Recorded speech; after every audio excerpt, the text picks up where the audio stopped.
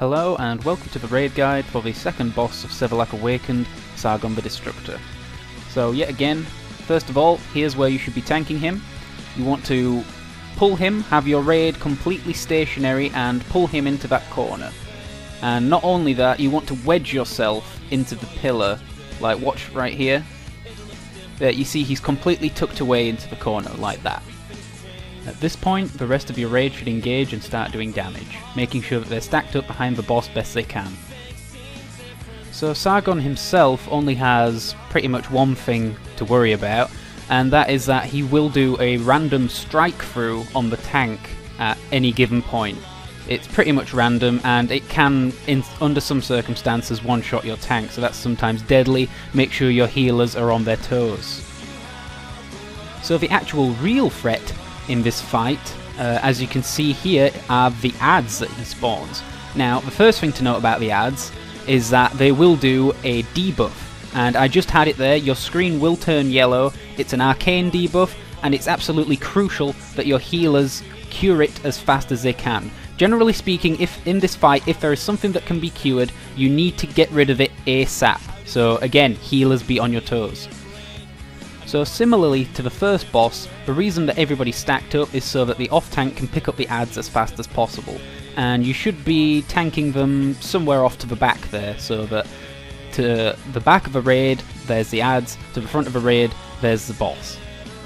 So one thing that could happen to your off-tank while tanking these adds is that there is sometimes a random knockback, and this can sometimes seriously misposition your off-tank, and if that does happen, then you should have one or two healers go after them, make sure that they stay alive, and just get back into position as fast as you can and recover.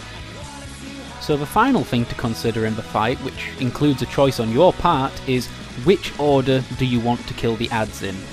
And that doesn't so much matter for the most part. What actually matters is which add do you keep alive last, okay? Depending on which add you leave alive last, Sargon will absorb the strength of that add and will gain a buff of some sort. So here's a list of possible outcomes. So if you choose to keep the prelate alive, the boss will get a heal. If you choose to keep the Voidcaller alive, there'll be a huge power drain. If you choose to keep the Blackguard alive, and I highly don't recommend this, there'll be a mem wipe on the boss. And finally, if you decide to leave the Crusader alive, the boss gains extra damage, which can make the strike through somewhat more deadly. You may be wondering, which approach does our guild actually take?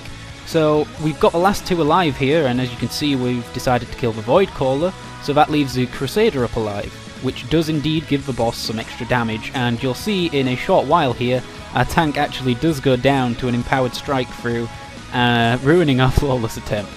But overall, it's not that bad an option. If you give your main tank some notice about when that last add is up, and the boss is going to get that buff, he should pop some defensive cooldowns and can usually survive through it. So that's actually pretty much the fight. It's completely up to you which order you choose. You may decide to choose the heal if you fancy making the fight a little bit longer but maybe safer. And that's pretty much it. Just keep rinsing and repeating again, and when the adds come in, keep killing them, choose your order, make sure the dispels are good, and that's pretty much it. You've got yourself yet another easy boss kill.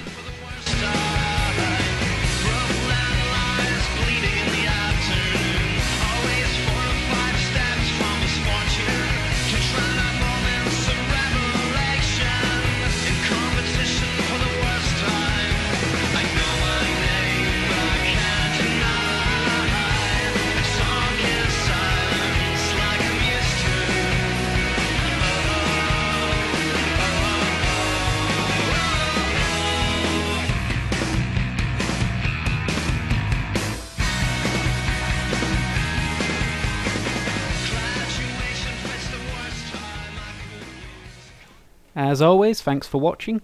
If you liked the video or it helped you out in any way, I'd really appreciate it if you gave the video a like, and if you're interested in more raid guides in the future, then please subscribe, as I do make them quite often.